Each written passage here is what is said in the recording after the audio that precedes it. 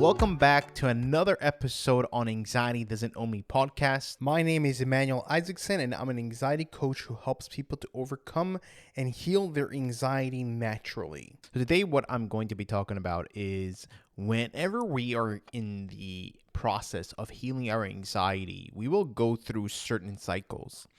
And what I mean by certain cycles is that we will have these ups and downs. And I know I've spoken about this before, but it's important to understand that it's normal to experience these types of cycles. And the reason why it's normal to experience these types of cycles is because you are basically you're making yourself uncomfortable. That's what's happening, because in order for us to heal anxiety, we are going to have to feel uncomfortable. And anxiety doesn't like that. Anxiety's job is there to protect you. That's its purpose. Now, you, for example, let's say if you are afraid of going outside of your house and the way to overcome that is by starting to go out of your house every single day, you are going to feel uncomfortable. It may increase your anxiety. But the truth is that at the end of the day, we are actually healing our anxiety. We may feel uncomfortable at the moment whenever we walk out of our house, but whenever we are doing that, we are basically rewiring the amygdala. We are rewiring it and showing it that the outside is not a dangerous place. Now, that takes time. That takes time to rewire, because for so many years, we have been thinking a certain way. We have been programmed in a certain way. And to reprogram that does take time. So we are going to feel anxious in those moments. Whenever we are trying to overcome and healing ourselves, we're going to feel some days that we feel very anxious, and we can be home and like, okay, why am I feeling anxious? I'm not even outside. Why am I feeling this way? Maybe I should stop. It's because the anxiety is realizing that, hey, we are making ourselves a little bit too uncomfortable. I don't like this. I'm trying to protect you from the outside.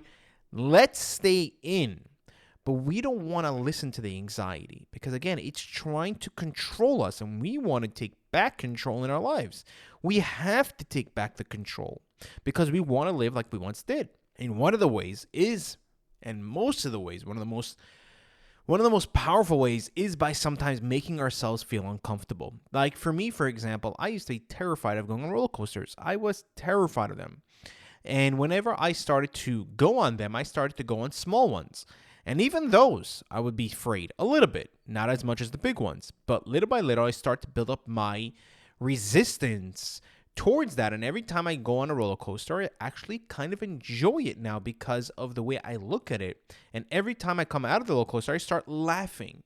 But before, and I have this uncomfortable feeling of like, oh my God, what if this happens? Oh my God, what if that happens? Like, what if so many different scenarios that start running to your mind, because your anxiety is trying to protect you. But then afterwards, whenever I get off the roller coaster, I have a blast. I'm like, thank God I did do it. So we're going to have these cycles of these ups and downs, and they really suck, guys. And I know that it's very uncomfortable, and I know that it's hard. I know that it's hard to overcome your anxiety, and we're going to have those moments. We are.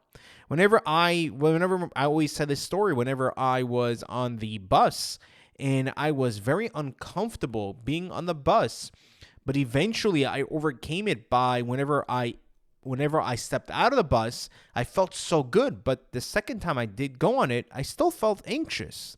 I still felt nervous. And even generally speaking, I felt nervous. I felt more anxious. I'm like, why am I feeling more anxious than I did? And I didn't understand why. But the reason why is because you are working towards healing your anxiety. Now, a lot of people, whenever we are trying to feel better, a lot of people that I've dealt with, they told me, like, a few years ago, all of a sudden, out of nowhere, I stopped having anxiety. I started to feel much better. But then all of a sudden, a few years later, is that I have anxiety again. Yeah, because the reason why is because we didn't build a solid foundation.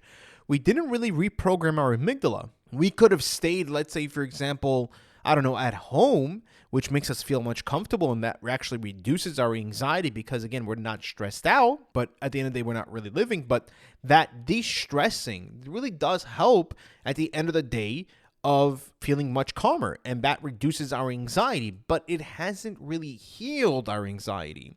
It hasn't given us a strong foundation. And whenever we put ourselves out there in the outside, that again, this is just an example for people that have anxiety whenever they go outside. But again, each person's going to be different whenever they have a symptom or they have health anxiety or panic attacks, whatever it is. I'm just giving this example is that we need to go outside in order to start healing ourselves and reprogram our amygdala to show that, hey, everything is fine, that everything is safe, that we are in a good place, that this is a safe place. So that way we can actually feel much better, that we have long-lasting relief, actual relief. So you might feel those down moments. Now the question is that, what do we do whenever we have those down moments? Because they suck. They make us feel uncomfortable, and it makes us think that, oh my God, I'm not getting better. I'm getting worse, and it's just like too much for me to handle. I'm never going to get out of this. This really sucks, and it's just, I'm going to be stuck with this for the rest of my life. Now, the way we can actually deal with that, is, number one, tell ourselves that I'm going to learn from these down moments. These down moments are an opportunity for me for growth, meaning that this is an opportunity for me to apply certain techniques, certain tools, whatever it is, to the situation so that I can actually feel better. Because whenever we have those down moments, number one, it's an indicator that we are where we're standing. But number two, it's also an opportunity for us to change that, to start healing that. It's giving us a opportunity to heal itself. That's what it is. So we want to look at that way whenever we have those down moments. These are a moment for me to actually learn from this down moment, to be okay with it. It's nothing bad. And that I'm going to learn to heal myself. So that every single time, whenever I do have down moments, I'm able to heal it much faster and quicker. Just like, when somebody has a panic attack, some people might have them for a while, right? For, let's say, for example, 20 minutes. Somebody might have a panic attack or an anxiety attack. And then all of a sudden it starts getting to 15 minutes, and then 10 minutes, and then 5 minutes, then 1 minute. And it starts getting quicker and quicker, and then all of a sudden they don't have panic attacks. Same exact thing over here. Whenever you're learning from the down moments, you're reapplying the tools, reapplying the techniques, doing things normally like you do before you had anxiety, and you'll be fine. Eventually get to the point where it doesn't even bother you. Number two, what you can do is tell yourself that just because those down moments happen, and they will happen, guys, they will. I'm not going to sugarcoat and tell you it's not going to happen. And it's okay that it happens. I'm going to reiterate that and tell you guys it's okay that it happens. There's nothing wrong with that. But you want to tell yourself that just because right now I have these down moments and I feel this anxiety doesn't mean, number one, that I'm failing. Doesn't mean I'm a failure. Doesn't mean that I am not capable in overcoming my anxiety. It doesn't mean that I'm not smart enough or anything like that.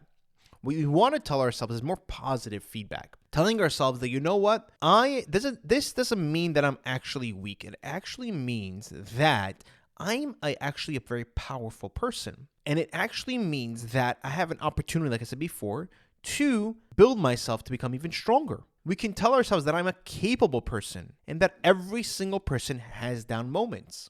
It doesn't mean just because that I'm having this down moment, that's who I'm defining myself as. No, it just means that I have the down moments, but I'm still capable. I am still smart. I am going to overcome my anxiety. I'm going to use this down moment to overcome this. That's what I'm going to do. I'm going to use this again as an opportunity. Don't define the down moments that we have as the absolute of who we are. We are not defined by external circumstances. They do not define us. We define who we are.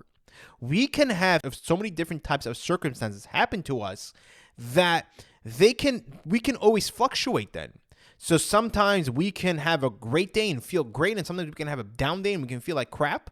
But if we give and define ourselves and tell ourselves how we are going to be and how we perceive things, and we're not going to let other people's opinion determine what we are and who we are going to feel more stable. Not even our anxiety. Our anxiety plays a lot of tricks on us and tells us, you see, you are not capable in overcoming me. I'm stronger than you. I'm in control. Let me be in control. No. You want to tell back, just because anxiety, you're telling me this and this and that, doesn't mean, or showing me that, you know what, I'm not capable by providing me bad days, doesn't mean that I'm not capable in overcoming it. I'm not going to let you define who I am. I am going to define. We want to define who we are. We don't want to let external circumstances determine that. We need to determine that, and we have to determine that. That's going to make us feel, number one, much better, and number two, more stable. Think about it this way. If somebody comes up to you and tells you, oh, you know what? You're really smart. And the next person comes up to you, you know, you're really dumb. Who are we going to listen to? Who's right over here? Most people listen to negativity because that's what we've been hearing most of our lives. But the truth is that what you tell yourself, what do you actually believe? That's the truth. But you need to change the truth to more of a positive thing and say to yourself, you know what? Thank you very much for your comment and your opinion, but your opinion does not determine my reality. My opinion does. And my opinion is that I'm smart. And I don't need to prove to you or anybody else that I am, as long as that I know that. So guys, whenever we have those down moments, and they will happen, understand that it's okay to have those down moments. Learn from those down moments. Take it as an opportunity for you to have to be able to build from that. And don't let those down moments define who you are. You define you. If you did like this episode, please click the like button and leave a 5-star review. The reason why I ask is because this way we're able to reach more people. And the more people that we can actually reach, the more people that we can actually help. Because my mission in this world, my purpose is to help people to overcome and heal their anxiety naturally and show them that it's possible to overcome. Thank you guys. Take care, and I'll see you guys in the next episode.